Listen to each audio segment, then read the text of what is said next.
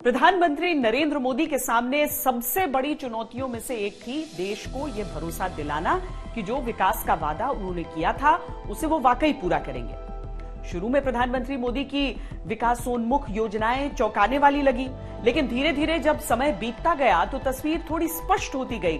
प्रधानमंत्री ने विकास के लक्ष्य तय किए, उनके लिए एक के बाद एक कई योजनाओं को आगे बढ़ाते चले गए।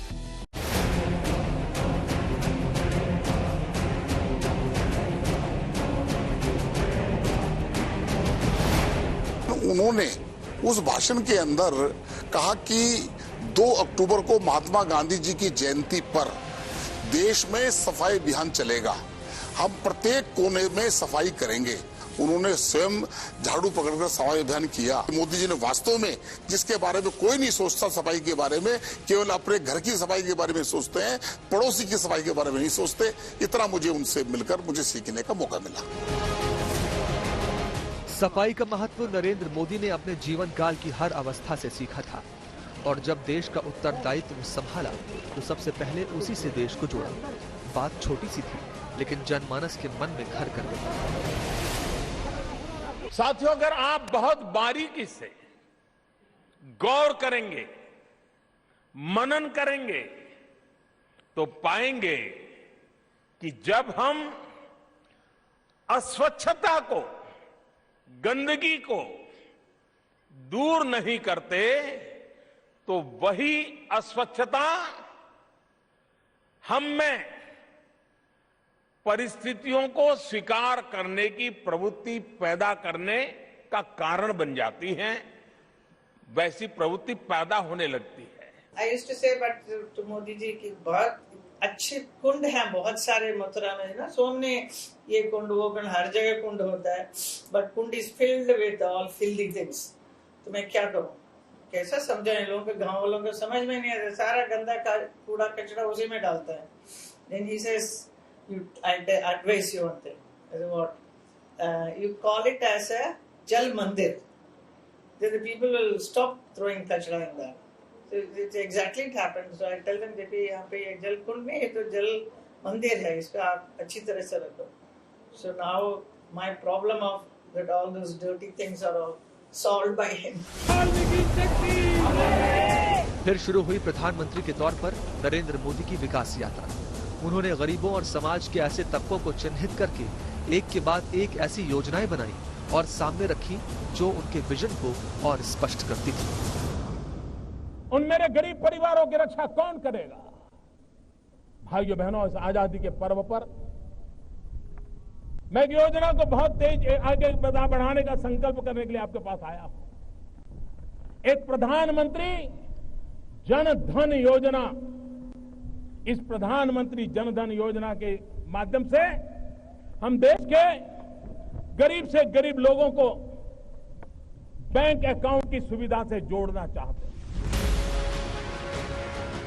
प्रधानमंत्री मोदी को यह अच्छी तरह मालूम था कि विपक्ष उनकी कामयाबी को एक इत्तेफाक बनाने के लिए पूरी तरह प्रयासरत है, लिहाजा बड़ी लकीर खींचनी ही होगी और वो एक के बाद एक विकास के अपने एजेंडे में कार्यक्रम जोड़ते चले गए। एक काम करो, तुम सारे आसाम में ये पेड़ लगाओ ताकि सारा आसाम फूलों से भर जाए और ये फूल के जरिए जो दृश्य सृष्टि होगा, इस दृश्य को देखने के लिए दुनिया के लोग आएंगे आसाम और ये टूरिज्म के लिए भी बहुत बड़ा आकर्षण का केंद्र बिंदु बनेगा।